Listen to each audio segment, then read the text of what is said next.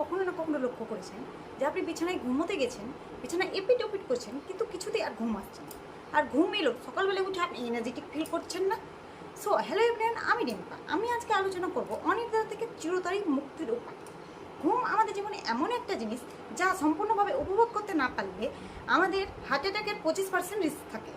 আমাদের mental disorder যেমন অ্যালজাইমারের মতো রোগের দেখা দিতে প্রতিকার। আজকাল ঘুম না আসার সবথেকে বড় কারণ হচ্ছে সোশ্যাল মিডিয়া ইউজ বা ফোন ইউজ করা।